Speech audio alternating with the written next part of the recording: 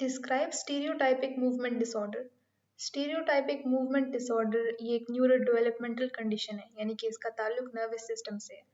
और इसके जो सिम्टम्स हैं वो है repetitive non functional motor behaviours, यानी कि बार बार होने वाले और ऐसे बिहेवियर जिनका कोई मकसद नहीं है, पर्पसलेस बिहेवियर, जैसे कि hand waving, head banging, self biting that interfere with daily life and may cause self injury.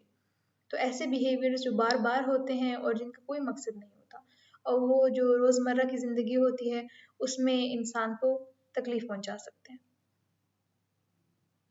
Diagnostic criteria according to DSM-5: repetitive movements जिनका कोई पर्पस नहीं है, driven behaviours for example rocking, hitting self. Functional impact होता है इनका, social, academic और other activities जो हैं इस पर असरअंदाज होती हैं। अर्ली ऑनसेट यानी कि ये बचपन में ही शुरू हो जाता है। एक्सक्लूजन रूल यानी कि ये किसी भी सब्सटेंस की वजह से नहीं कॉज होता, ना ही कोई न्यूरोलॉजिकल कंडीशन है और ना ही इसका ताल्लुक है बाकी डिसऑर्डर्स के साथ, जैसे कि OCD। What is a formal assessment? Explain the characteristics of a test. In formal assessment, different standardized tests are administered in order to get an insight that client has a certain problem or not, and what is the problem's intensity. ये ऐसे test होते हैं जो client से लिए जाते हैं ताकि पता लग सके कि क्लाइंट को एक स्पेसिफिक प्रॉब्लम है या नहीं है, और अगर है तो किस शिद्दत से है।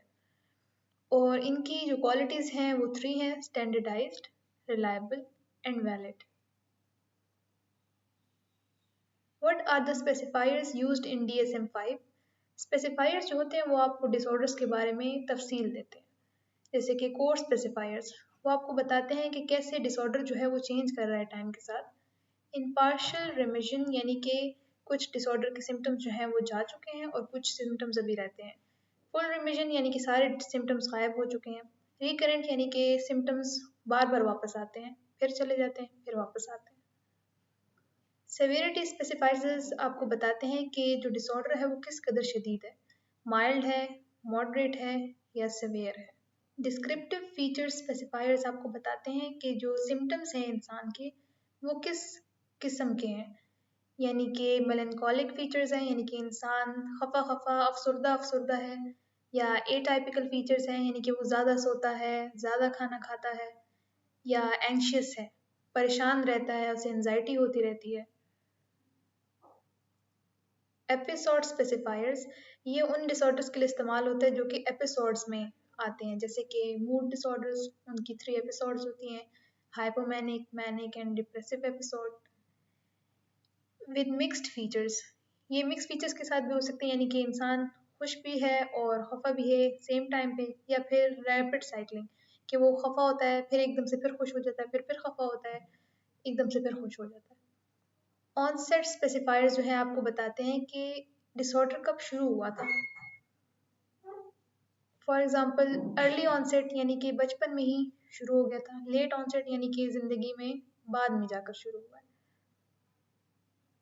कॉन्टेक्सचुअल और सिचुएशनल स्पेसिफायर्स ये आपको बताते हैं कि जो डिसऑर्डर है वो किसी एक स्पेशल सिचुएशन में हुआ है, स्पेशल कॉन्टेक्स्ट में हुआ है, जैसे कि विद पोस्टपार्टम ऑनसेट यानी कि जब बेबी डिलीवर हो गया तब ये डिसऑर्डर हुआ है, या फिर ये सीजनल है यानी कि एक स्पेसिफिक सीजन में हुआ है, जैसे कि विंटर में या स्प्रिंग में। Give the characteristics of unspecified schizophrenia and other psychotic disorders. ये डायग्नोसिस तब इस्तेमाल होती है जब एक इंसान साइकोटिक डिसऑर्डर्स के साइन तो शो कर रहा होता है, लेकिन वो सिम्टम्स जो है एग्जैक्टली किसी एक स्पेसिफिक डिसऑर्डर के साथ मैच नहीं कर रहे होते, जैसे कि स्किज़ोफ्रेनिया, स्किज़ोअफेक्टिव डिसऑर्डर, या फिर एनफ इंफॉर्मेशन नहीं होती कि डिसाइड किया जाए कि ये कौन सा डिसऑर्डर है। In simple words, the person is clearly having serious mental health symptoms, लेकिन फॉर श्योर कुछ कहा नहीं जा सकता कि ये कौन सा डिसऑर्डर है। Presence of psychotic symptoms includes delusions, hallucinations, disorganized speech or behavior, and or negative symptoms. Incomplete diagnostic criteria. Symptoms do not fully meet the combination, duration, or severity required for a specific psychotic disorder. It is used when information is limited.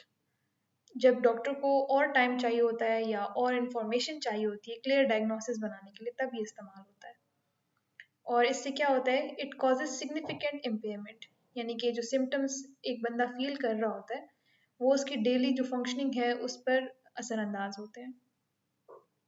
Temporary diagnosis often revise once more information is obtain. जब doctor को ज़्यादा information मिल जाती है तो फिर वो complete diagnosis कर पाता है कि ये कौन सा स्पेसिफिक जो है डिसऑर्डर हुआ है बंदे को।